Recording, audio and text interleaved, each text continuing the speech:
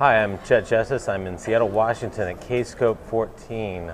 I'm here with Tom Kyte of Ask Tom and Oracle fame. Tom, thanks for being with us here. Oh, thank you for having me.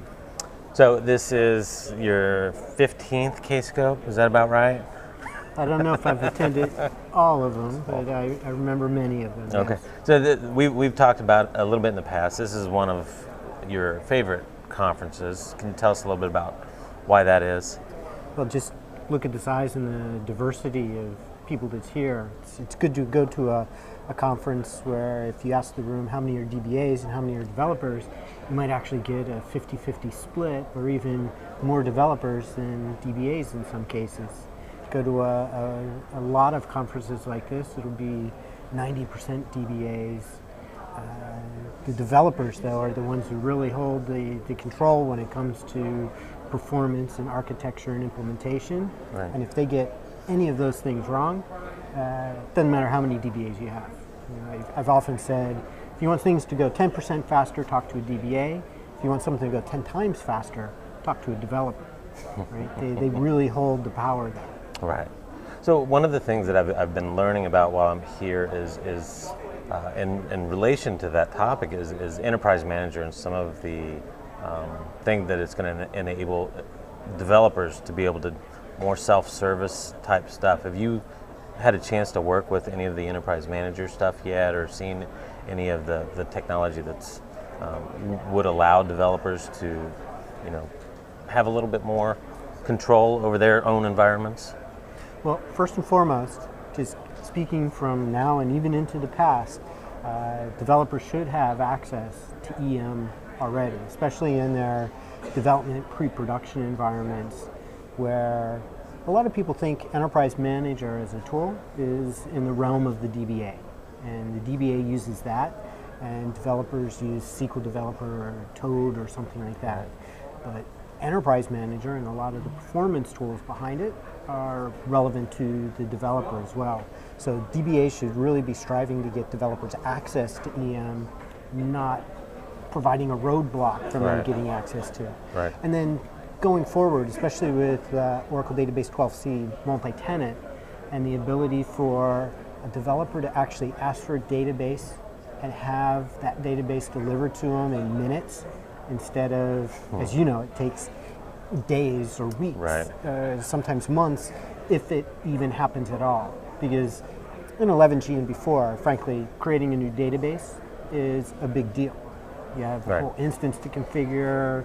You know, there's a lot of setup and thought that has to go into it. In 12C, with the multi-tenant and the pluggable database, you know, the ability for a developer to go in and say, hey, I need a clone of this database and I need it for the next 5 hours. A DBA doesn't even have to realistically be involved in that transaction. The instance is already up and running, the data is already there. It becomes a simple clone operation of an existing database, and when they're done with it, you just get rid of it. You know, today the DBA creates the database in 11G and before. They do not want that database to go away because it took a significant amount of effort to get it up and running. You know, making sure that it's monitored correctly and it gets started and everything else like that. The pluggable database concept, databases sort of come, they go.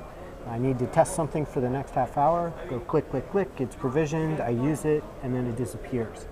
And frankly, a DBA doesn't really have to be involved in that transaction whatsoever. They configure the development instance, and then developers within it can provision their test instances, development instances.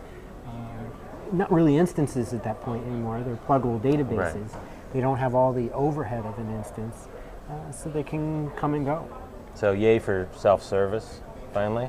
Oh yeah. So speaking of 12C, that was, we got to talk last year, right, as 12C went GA. It was almost exactly a year ago, because it was June 25th was the last time you and I sat in front of a camera and talked. So have there been any developments or improvements in that year since? Yeah, you might have caught the recent announcement on Oracle.com. Larry Ellison has announced the Oracle 12c database in-memory capability. So I'm going to be talking about that briefly in my 12 things about 12c. or actually 12 more things. 12 more things, right? 12C this afternoon. But with the in-memory capability, that's sort of a game changer as far as how data is organized and accessed, especially from a business intelligence analytic perspective. The rows and columns that we've been doing since the very beginning is fantastic for LLTP and works in a warehousing environment, up to certain sizes. But if you need 2 or 3 columns out of 200 columns in a table, and you need to be processing billions or trillions of rows, that row-oriented structure may not be the optimal data structure anymore. We have to parse through a lot of data to get those 2 or 3 columns. So what if we turned it upside down and started storing things columnar-wise, so that all of column 2 was stored together and all of column 5 was stored together. Now to get column 2 and column 5, it becomes a pretty simple operation, because we just have to figure out where they start and where they end, and all the data we need is right there. We don't have to parse through all of the columns that come in front of them and parse through all of the rows that constitute that table. So with the in-memory capability, I think you're going to see a dramatic change in your ability to do BI data warehousing type queries in your transactional system, because they'll happen at a rate of speed that is unheard of in a normal disk-based access, and the amount of resources they consume will be small enough that you can actually do some of these in your OLTP system. I'm not saying you're going to get rid of your data warehouses by any means. Right. They're not going anywhere. It's just that some of the queries that you would normally be afraid to run in that OLTP system now become possible in a real-time sense. Oh, and I should mention, that's coming out after June 25th. Okay, it's coming out soon. It's part of the 12.1.0.2 patch set, the first major patch set release to Oracle Database 12c, and that's due for release this fiscal quarter for Oracle. Okay.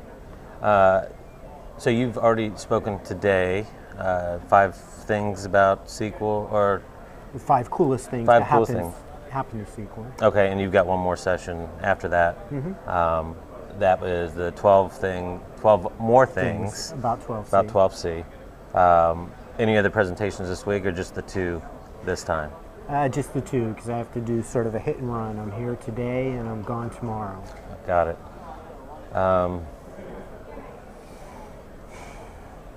Favorite feature 12c, period? That's a hard one to answer because it really depends on the context. Like, there is no single best new feature. It depends on what you're doing. There's so many to choose from. The row pattern matching is really, really cool. Being able to look for patterns in an ordered stream of information, sort of big data-like processing without having to unload the data out of the relational database, store it in something else, write Java code to access it.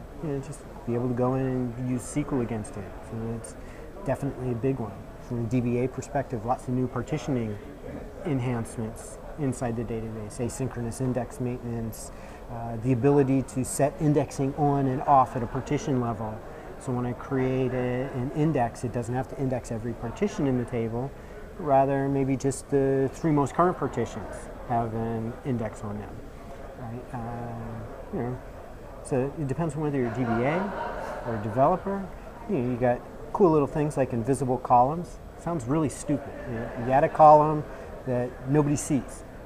When they describe the table, it's not there. When they do a select star, it's not there. So why would you want one of these? Well, you have an application that has that horrifically bad practice of doing a select star, or even worse, the insert without the list of columns. You need to add a new column to it. What happens to the existing application? Boom, it breaks. So now you can add the column invisible. The applications do select star, they won't be affected, they won't see it. The insert without the list of columns, they won't see it, so it won't affect them. While those coders are fixing the bugs in their code, this column will be invisible, but that means that you who added it can explicitly reference it. So you can say, select this new column, and you'll get it. Insert into this new column, you'll be able to use it, but you won't break the existing applications. So, I mean, there's little tiny things like that, on up to big things like the partitioning. on up to the huge thing, which is just the architectural change with the pluggable database concept. All right. I guess if I had to pick one, it would be pluggable database, because that's the biggest in-your-face game changer out of all of the other ones. Okay. So then this one's probably sort of a personal. It's not a. It's personal for me. With Dominic and Carrie, I've worked with the last couple years, more of the softer side of development, specifically in the Oracle realm. Source control, versioning, those types of things are incredibly difficult to do in the database. And I haven't seen anybody that's solved that particular problem yet. Edition-based redefinition is one of the things that I think helps start. And that, I think you were a big fan of that when that came out in 11. Still a big fan of it. Okay. Have there been any improvements for that? Have you seen that used used effectively? I've seen it used in a variety of locations, large customers. We use it a lot internally. So like our bug database, which is a big database. It's a highly visible database. It's a database that we can't say, oh, sorry, it's just not available for the next 6 hours while we upgrade our application. Right. So we've been using it there and using it in its simplest form, which is, hey, I have some new PL SQL code I need to install or some views I need to upgrade. You can do that 100% without having to take the application offline, and that's trivial. The developer doesn't even need to really think about it. They write version 2 of the code, they give it to the DBA can install version 2 while version 1's running, make sure that everything gets installed correctly, and then cut over to that new release. And then in the database, I can actually keep that history of all of my major releases. Because undoubtedly, 6 months from now, when you're on version 3, you're going to run a process, and somebody's going to say, well, when it ran in version 1, it was like incredibly fast. What did version 1 look like? Well, I don't know. Now you can actually go into the database and not only look at version 1, but if you wanted to run that version 1 code, it's still there. It's still viable, assuming you haven't changed the database structure in a way that makes the code not work anymore. Right. But if you're just patching code over time, this gives you a no-brainer way to do this. And then it's not versioning in that you can do branching and merging. Right? It's just a pure linear sort of thing. You have a grandparent, a parent, and a child, and so it's going to be a single line of inheritance, if you will. But just to be able to have that history in the database, right, is pretty cool. Right, and something that's not, it is relatively new. Well, it's relatively new in that it's like 4 years old, right? So it's been out since the release of 11G R2, and it actually surprisingly is a feature that, as much as I've written about it, and people like Bryn Llewellyn talk about it, a large number of people are unaware of it. So if you haven't heard of edition-based redefinition, also known as EBR, take a look at it in the Application Developer's Guide. They have a really easy example to walk through. Search for it on the internet. I've written about it quite often. Others have it as well. And it comes with Standard Edition. It's not an option. You have it whether you want it or not with all releases. So how often can someone sit up and say something like that? Well, Tom, I think I'm out of questions. I know that's hard to believe, but I thank you for your time, and thanks for coming to Seattle and visiting us here at Kyte. Sure. Thanks a lot. Thanks.